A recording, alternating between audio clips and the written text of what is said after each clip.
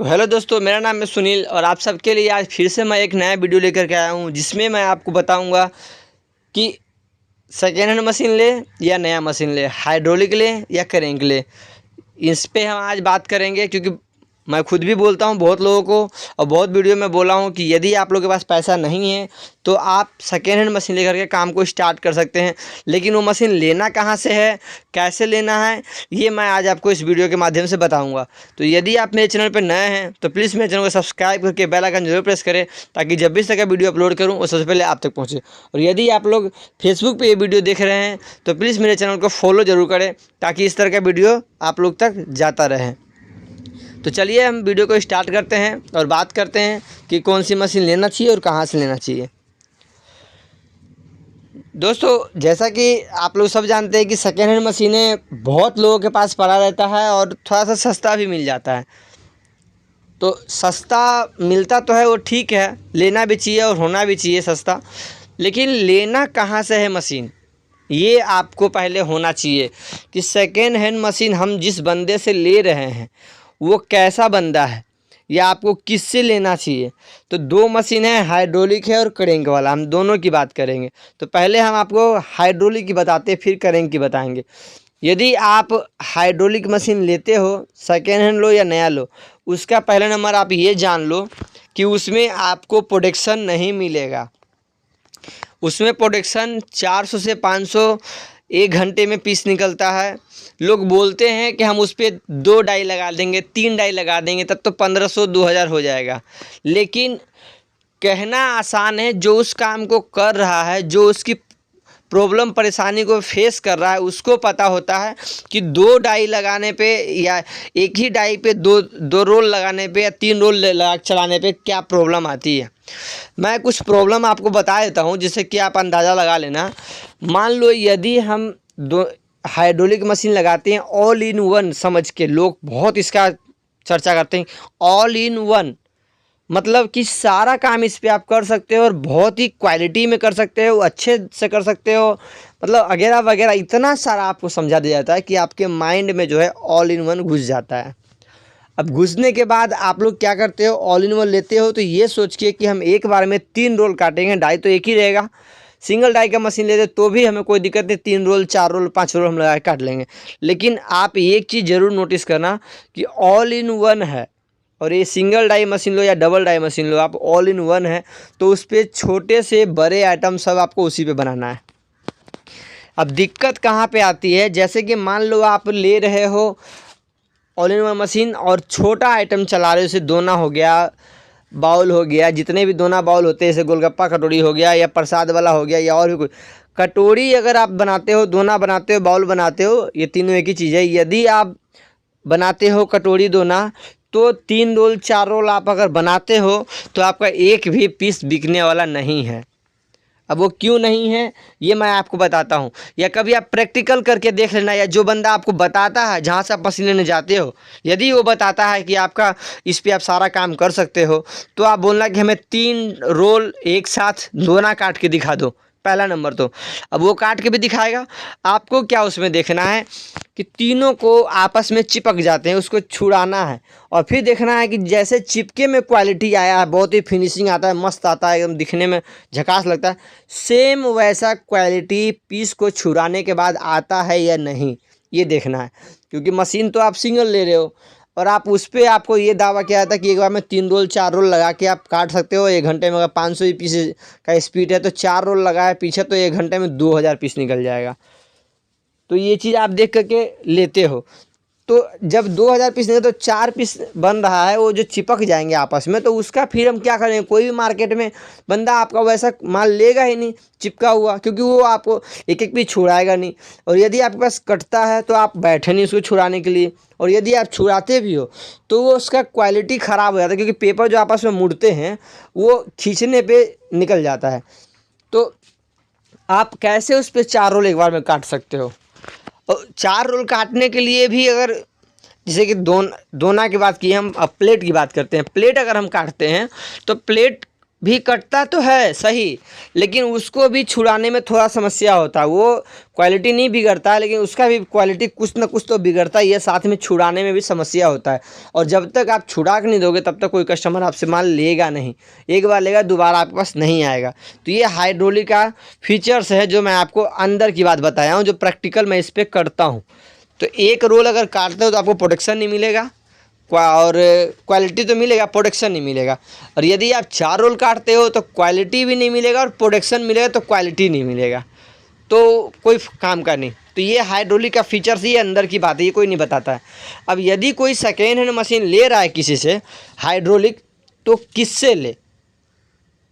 तो हमारे हिसाब से ना तो आप किसी बंदे से ले, ना किसी मशीन वाले से। सेकेंड हैंड हो या नया हो, हाइड्रोलिक तो ले ही ना। अब बात करते हैं कि ले कौन सा।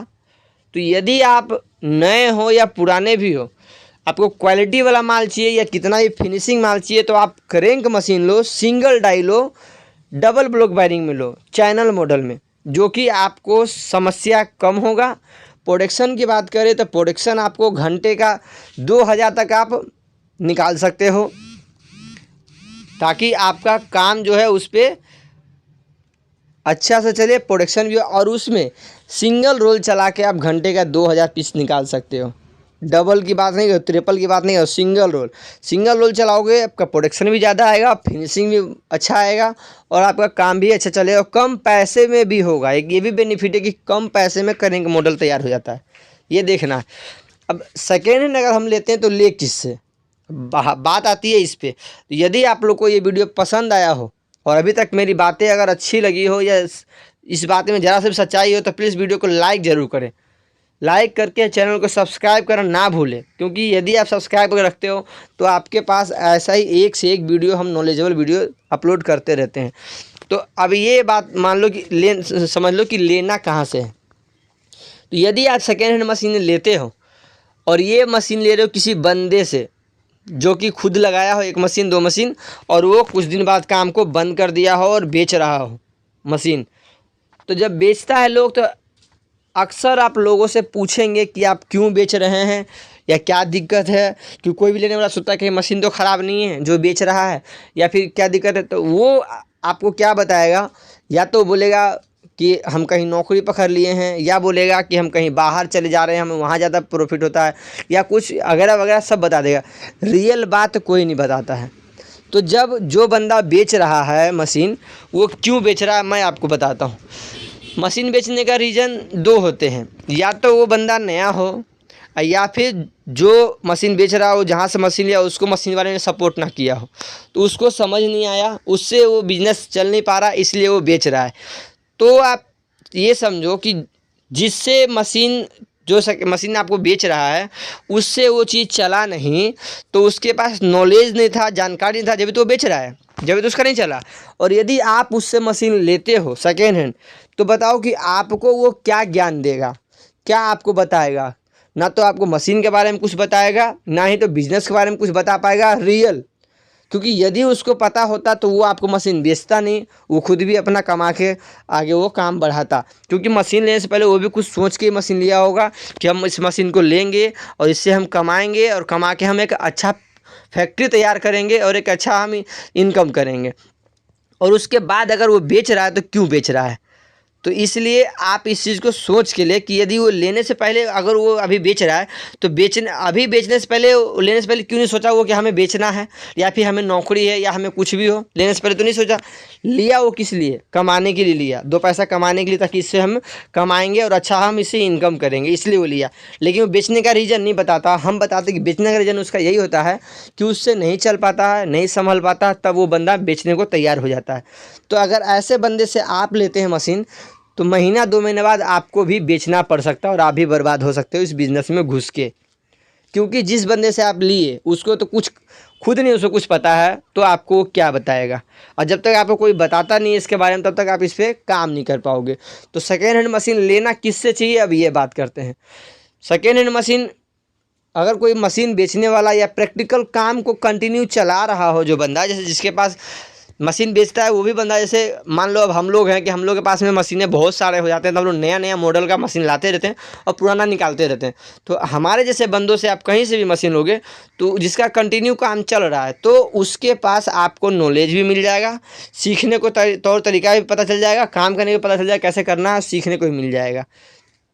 तो जब भी मशीन ले तो उससे लो जो कंटिन्यूस मार्केट में है, जिसका काम अच्छा खासा चल रहा हो, और वो वैसे बंदे से अगर मशीन आप लेते हैं तो आपको चलाने में भी सहूलियत होगा, कुछ पूछना हो तो उसमें भी सहूलियत होगा, और आपको काम को आगे आप बढ़ा सकते हो।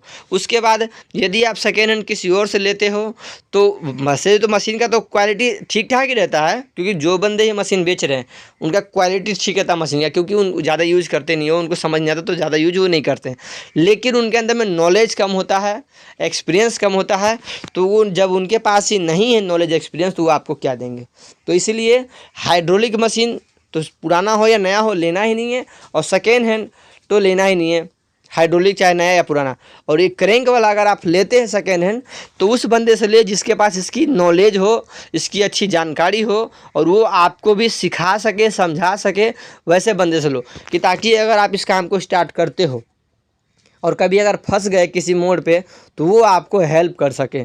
ना कि ऐसे बंदे से ना लो कि वो आपको मशीन लेते वक्त तो लंबा लंबा बता दे, बड़ी बड़ी बातें बता दे, और मशीन बेचने के बाद दूसरा साहब बोले भाई मेरे को थोड़ी ना पता इसके बारे में, मुझे पता हो थोड़ी ना मैं तुम्हें देता, या थोड़ी ना मैं काम बंद करता। वो बाद में अपनी सच्चाई बताएगा, पहले नहीं बताएगा। तो इसलिए सोच समझ के सेकेंड हैंड मशीनें खरीदें, क्योंकि सेकेंड हैंड मशीन जब आप खरीदते हो तो मशीन की गारंटी वारंटी कुछ नहीं मिलता है, और कोई उसका रिस्पॉन्सिबिलिटी नहीं होता है, कोई नहीं उसका रिस्क लेगा कि क्या है मशीन क्या नहीं है। तो ये चीज़ सोच समझ के खुद ही लो, क्योंकि मेरे पास ऐसे अभी बहुत ज़्यादा कमेंट्स आ रहे हैं व्हाट्सएप पे कि सर हम सेकेंड हैंड मशीन ले रहे हैं, अगला का नौकरी लग गया है तो वो विदेश चला गया है तो उसका बैंक में हो गया, वो ऐसे वगैरह वगैरह, मतलब बड़ी बड़ी बातें बता के वो मशीन वो बेच रहा है।